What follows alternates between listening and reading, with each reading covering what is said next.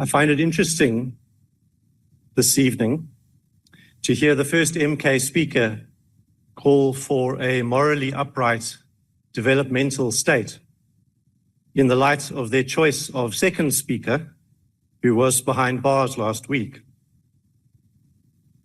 In the light of their choice to nominate members to this honourable House who have been implicated in corruption during the state capture years, and the choice of every one of their members to follow the leader who, as president, presided over the era of state capture, of rampant corruption, and of reckless spending that contributed to the situation we find ourselves in now of completely unaffordable debt, crowding out all the other more important priorities for government spending. But that's not the focus of my address today. Today, I would like to speak about the elephant in the room, a 3 trillion rand elephant called the Public Investment Corporation. The details of its working are buried on page 144 of the budget votes, tucked away between the Ombuds Council and SARS. The more the DA investigates the workings of this elephant, the more problematic they appear and the more hidden. There are those who feed off the PIC like parasites. And just like parasites, they benefit from this concealment. They would very much prefer that we didn't discuss or focus on page 144, but there we must go. The PIC is so large that there's no pothole large enough to hide it. Not even in the failing ANC, EFF, PA governed Metro of Johannesburg. In fact, there's no sinkhole that's large enough to hide it. Despite the excellent work of the Imparty Commission, people are starting to realize that the PIC has still not been fixed.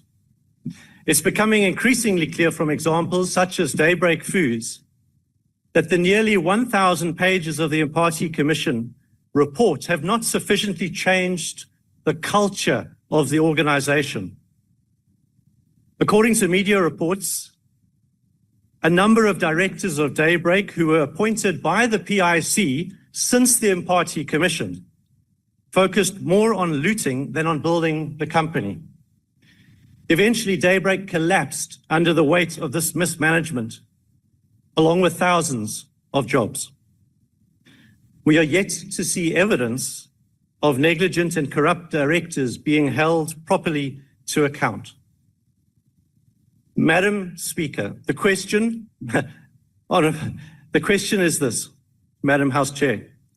If we cannot rely on the PIC to be a responsible shareholder, to appoint competent, honest, capable boards, and to hold directors to account for what was once an investment of over 1 billion rands, how can we trust the PIC with over 3 trillion rands of assets under management? As the DA, we are deeply concerned that the nightmare of Daybreak Foods is not the exception at the PIC, but the rule. Or perhaps we should say the absence of rules, because there's been scant accountability when those supposed rules have been violated. We welcome the initiatives of the Minister to look into this. Daybreak is only one of 44 companies inside the PIC's turnaround and value add unit. Many of these companies are in business rescue or in liquidation. It's not even that the PIC can claim that all of these investments are a legacy from the Zuma era of state capture. Just in this past year, we learned how the institution was scammed out of 100 million rands through its investments in Enable Capital. Furthermore, its unlisted portfolio is shrouded in secrecy with very little disclosure at all of what is going on there. And this is very concerning. The pages of this budget vote might hide a 3 trillion rand elephant, but we must not allow ourselves to be fooled. The elephant is not well. The Government Employees Pension Fund is underperforming.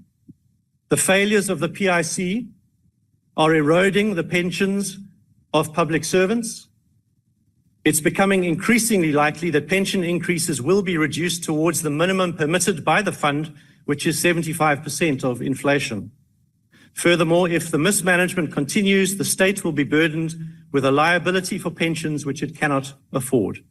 It's unconscionable that we smile and nod while the PIC is beguiled by scams, and it's unconscionable that when crooks are feasting on the savings of government employees, the PIC chooses to look the other way and let the looters get away.